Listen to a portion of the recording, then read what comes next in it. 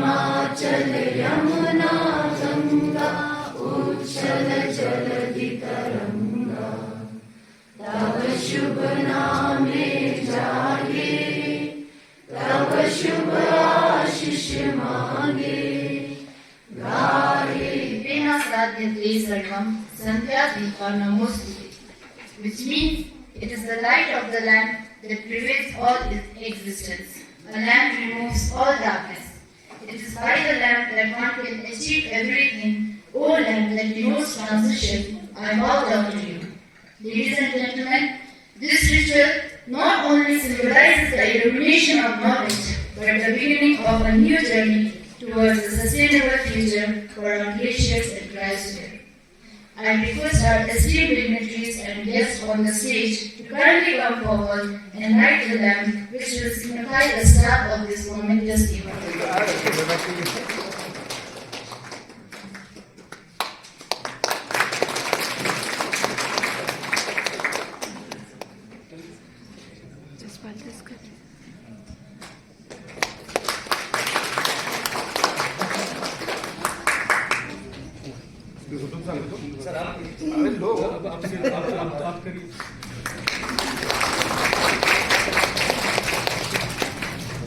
अभी ये बिटिया से करा दे, आ जाओ।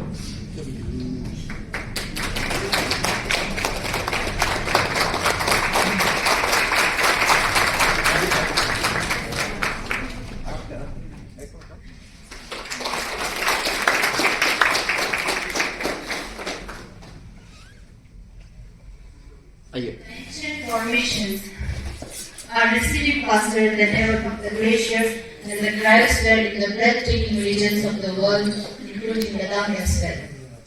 The protection of these lands is essential not for the people of Ladakh, but for the entire planet. Today and tomorrow, experts, researchers, and environmentalists will delve into these challenges, share their findings, and discuss ways to safeguard these frozen lands for future generations. Now, I request Dr. Mohammed Hussain for the welcome address. And timely symposium on safeguarding frozen land glaciers and cryosphere preservation in Ladakh. First and foremost, I extend my warm and heartfelt welcome to our esteemed chief guest, Professor Saket Kushwaha, Vice Chancellor University of Ladakh, who has been an beacon of guidance and support for this program. We are deeply grateful to the invaluable time you have spared to grace today's event with your presence. We are honored to welcome our distinguished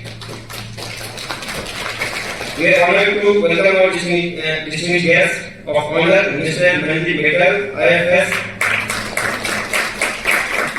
Warden for the year, whose unwavering commitment to preservation and environmental stewardship continue to inspire us all. Jointly declared the year 2025 as the International Year of Glacier Preservation and the 21st of March as the World Glacier Day.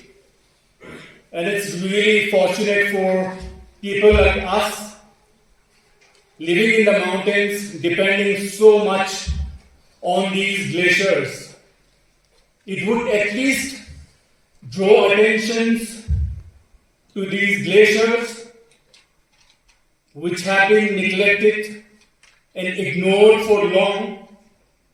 You would be surprised that there's not a single policy or a legislation around the glaciers, governing the glaciers or the usage of glaciers, water from the glaciers in India.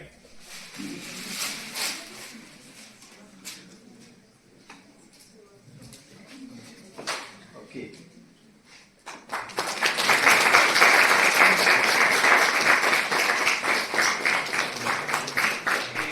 Joined Ladakh, I was posted in Delhi. I had gotten my transfer order, but I had not yet been released from Delhi.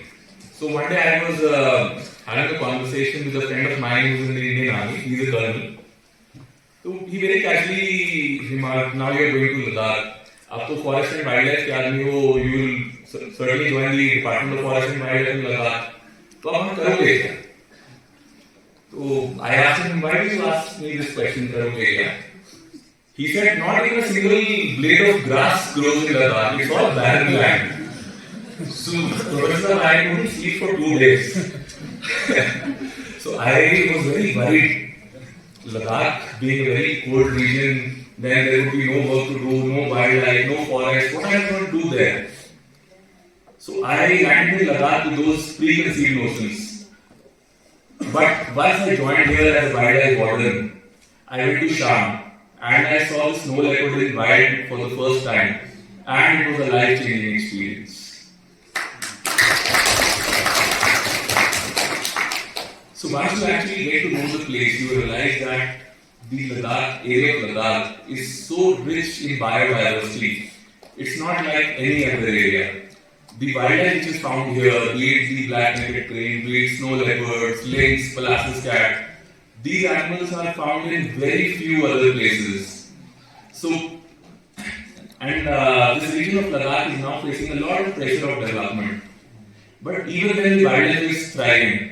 And it's only because of the culture of Ladakh. The people of Ladakh have a lot of sensitivity towards nature and wildlife. So being in the wildlife department, we get a lot of cases where animals like snow leopard and lynx sometimes attack the livestock of people. We have also had cases where snow leopard or lynx enters the enclosure where people keep their livestock, and in one single go, they kill all the sheep or cows or yak of the local population. And there have been instances where the leopard or the lynx enters that enclosure but is not able to escape. It kills all 35-40 head of livestock of the local population. But even then, we have not had a single case of people harming the animals. This is unheard of. Had it been in any other place, people would have certainly killed the animal or poisoned it. But hats off to the people of Ladakh and their culture. Lighting the lamp. Though lighting the lamp is very sacred activity, but then how much carbon emission burning? So next time in the University of Ladakh, we are not going to use this traditional way of lighting the lamp. We are going to ask Rafi to start the electronic lamp so that we push the button and light will be on. No burning of oil. Okay, very small contribution we are going to do. The second contribution we are going to do is we have to release a document. We are not going to use the fancy paper document. Here, at least how many? Look at the fancy, ribbon and this we have used. We are going to use a clothing, a simple kind of box or clothing which can be recycled. We will be using again and again. So, from now onward, for 3 years, let this license will come and revert the whole thing, I don't mind, but during my regime, we are going to observe few small things. Speakers, experts, researchers, other dignitaries, participants, faculty members of BGM College and University of Ladakh, project fellows, members of SC, Snow Leopard Conservancy, India Trust, and dear students, a very good afternoon to all of you.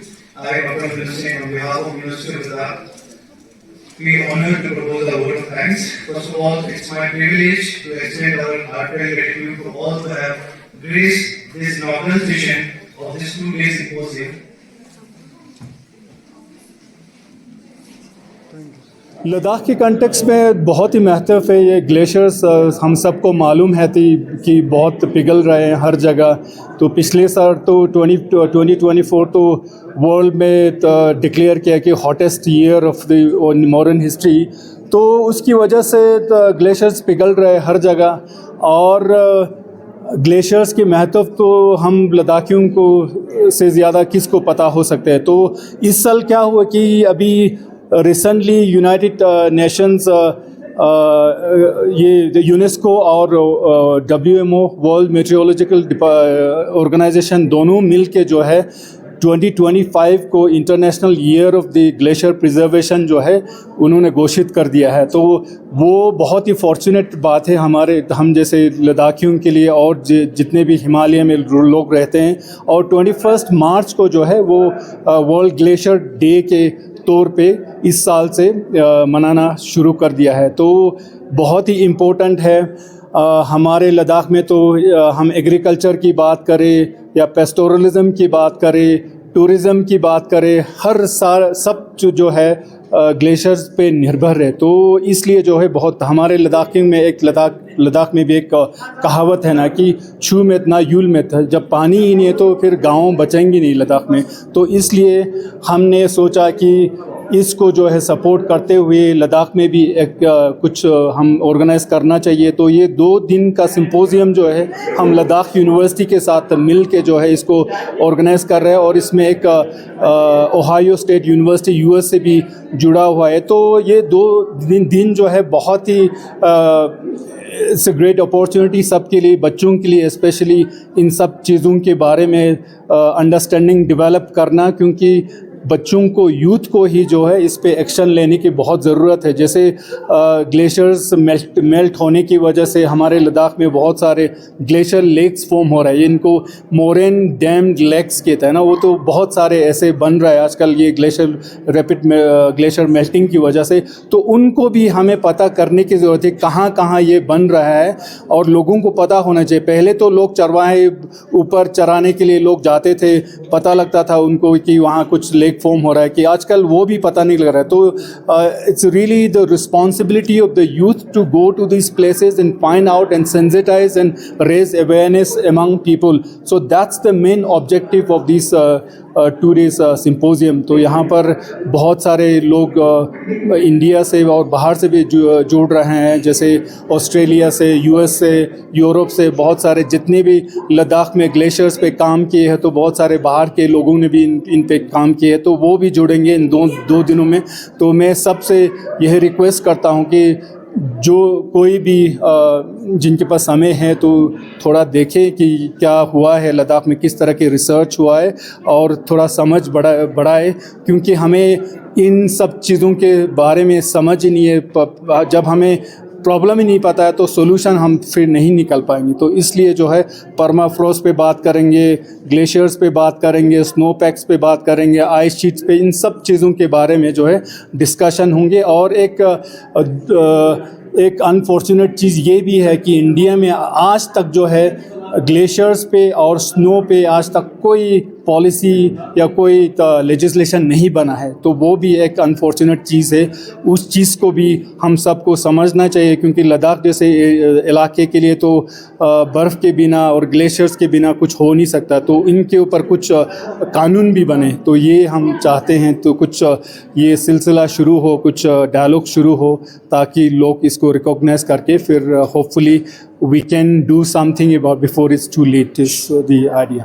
Ladakh university में एक symposium organise किया है 2 दिन का, जिसमें कि हम glaciers की इम्पोर्टेंस के बारे में बात कर रहे हैं और क्या स्टेप्स हम और आप ले सकते हैं अपने कॉमन एवरीडे लाइफ में, जिससे कि हम अपने कार्बन एमिशंस कम कर सकें और एक अपना कंट्रीब्यूशन दे सकें ग्लेशियर्स के प्रिजर्वेशन की तरफ। जो हमारे लद्दाख के ग्लेशियर्स हैं, ये एक पानी का सोर्स हैं। जितने भी हमारे मेजर रिवर्स हैं, इनको ये ग्लेशियर्स फीड करते हैं।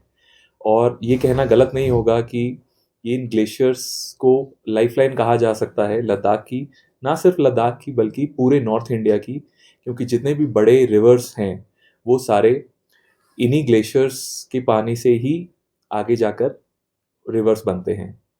और ये जो ग्लेशियर्स हैं, ये साथ ही साथ वाइल्ड लाइफ के बहुत इंपॉर्टेंट हैबिटेट्स हैं। और वाइल्ड लाइफ एक ऐसी चीज़ है जो कि लद्दाख के लोगों की ज़िंदगी का एक अहम हिस्सा है। लद्दाख के लोगों की ज़िंदगी से वाइल्ड लाइफ को अलग नहीं किया जा सकता। यहाँ का जो स्टेट बर्ड है black naked crane, state animal है स्नो लेपर्ड, इन सारे जीव जंतुओं को, पक्षियों को, जानवरों को देखने के लिए हज़ारों लोग पूरी दुनिया से आते हैं। और बहुत सारे लद्दाख के लोगों का जो लाइवलीहुड है, उनका जो जीवन व्यापन का जो भी तरीका है, वो वाइल्ड लाइफ टूरिज़्म पे एकदम डायरेक्टली डिपेंडेंट है। तो ग्लेशियर्स को प्रोटेक्ट करना हमारे पूरे वे ऑफ लाइफ को प्रोटेक्ट करने के लिए बहुत इम्पॉर्टेंट है। वाइल्ड लाइफ के लिए बहुत इम्पॉर्टेंट है, हमारे क्लीन एयर, क्लीन वाटर, इन सब के लिए बहुत एसेंशियल है कि हम ग्लेशियर्स को प्रोटेक्ट करके रखें। और इस सिंपोजियम में आज बहुत सारे स्पीकर्स ने अपने इंसाइट्स, वैल्यूएबल इंसाइट्स शेयर किए। और एक बहुत जो इम्पॉर्टेंट इशू है और एक कॉज ऑफ कंसर्न है वो ग्लेशियर्स का रैपिड मेल्टिंग है। और ग्लेशियर्स के रैपिड मेल्टिंग का एक बहुत बड़ा कारण है जो कि ब्लैक कार्बन एमिशन हो रहे हैं ट्रांसपोर्टेशन से। बहुत सारे यहाँ पे टैक्सीज चल रहे हैं, बहुत सारे ट्रक्स चल रहे हैं, उनसे जो ब्लैक कार्बन निकलता है वो ग्लेशियर्स पे जाके सेटल होता है, जिससे कि ग्लेशियर्स का मेल्टिंग का जो रेट है वो धीरे धीरे बढ़ता है। तो हमें अपने एवरीडे लाइफ में, अपने जीवन में ऐसे छोटे छोटे स्टेप्स लेने हैं जिससे कि हम अपने कार्बन एमिशंस को कम करें। हम कम से कम गाड़ियों का इस्तेमाल करें, प्लास्टिक पोल्यूशन को कम करें, और हर तरीके से जो हमारा लाइफस्टाइल है उसको इस तरीके से बनाएं कि वो एनवायरनमेंट फ्रेंडली हो। और